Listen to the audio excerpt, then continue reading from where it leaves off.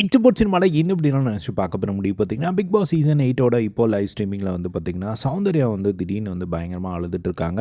So அவங்க வந்து ஏன் அழுகுறாங்க அப்படின்னு பார்த்தீங்கன்னா, சிவகுமார் கிட்ட வந்து பேசிட்டு இருக்காங்க. அதாவது நேத்து கேம்ல வந்து ஃபர்ஸ்ட்டா வந்து அவுட் ஆனது வந்து சௌந்தர்யா தான் அப்படிங்கிறத நம்ம பார்த்துருந்தோம். ஸோ இப்போ அவங்களுக்கு வந்து அவங்களுக்குள்ளேயே வந்து ஒரு கில்ட் என்ன சொல்றாங்க அப்படின்னு பார்த்தீங்கன்னா, நான் ஃபர்ஸ்ட் இந்த வீட்டுக்குள்ள வந்தப்போ வந்து நான் அவ்வளோவா யார் கூடயும் வந்து ஈஸியாலாம் வந்து ஃப்ரெண்ட்ஸாக வந்து ஆக மாட்டேன்.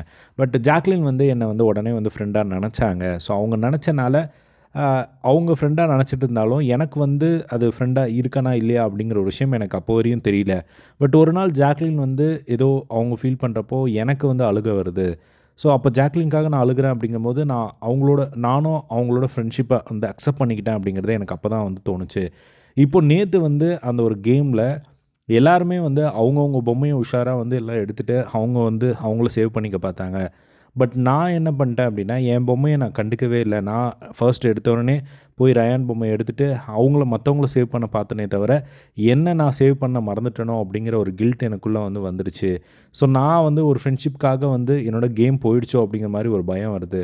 நேத்து வந்து அந்த அன்ஷிதாவும், ஜாக்லினும் வெளிய உட்காந்துட்டு இருக்கும்போது, எனக்கு வெளிய வந்து ஒரு விஷயம் நான் போய் தூங்குறேன். பட் எனக்கு வந்து மனசுல உறுத்திட்டே இருக்கு. ஜாக்லின் வந்து வெளியே இருக்காளே! நம்ம ஃப்ரெண்டா அவ கூட உட்காரணுமே அப்படிங்கிற ஒரு விஷயம் தான் எனக்குள்ள தோணுது.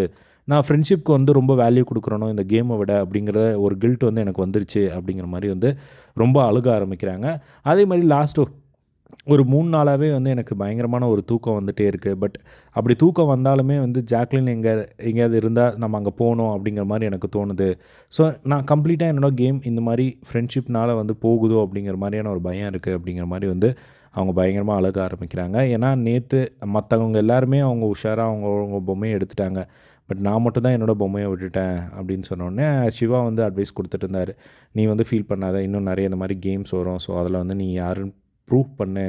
பட் இப்போ வந்து நீ உன்ன புரிஞ்சுக்கிட்டல்ல. இப்ப நாளைக்கு ஒரு டாப் 5ல வந்து நீ, ஜாக்லின் எல்லாருமே வந்து நிக்கும்போது, அப்போ வந்து உங்களுக்கு இந்த ஃப்ரெண்ட்ஷிப் வந்து இப்போ தோன்ற விஷயம் அப்போ தோணக்கூடாது. ஸோ இப்போ அத ரியலைஸ் பண்ணிட்ட அப்படின்னு சொல்லி, நீ சந்தோஷப்படு அப்படின்னு சொல்லி அட்வைஸ் பண்ணிட்டு இருந்தத வந்து பார்க்க முடிஞ்சது.